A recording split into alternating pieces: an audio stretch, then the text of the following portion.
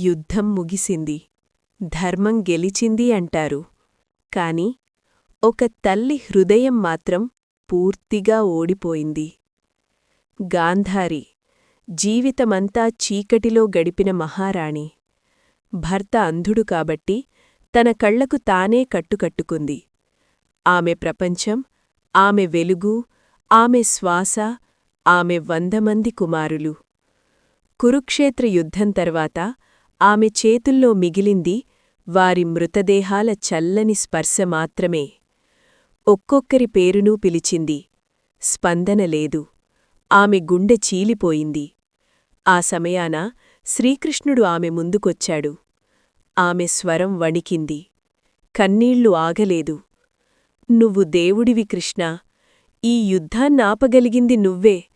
నా పిల్లలు చనిపోతున్నారని తెలుసు, అయినా నువ్వు నిశ్శబ్దంగా చూశావు. ఆమె చేతులు కంపించాయి. నా గర్భం ఖాళీ అయింది కృష్ణా, నా హృదయం బూడిదయింది.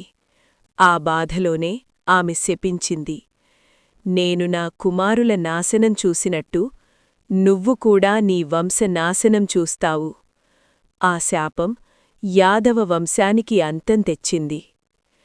తల్లి హృదయం విరిగితే ఆ బాధ దేవుడికీ శాపమే.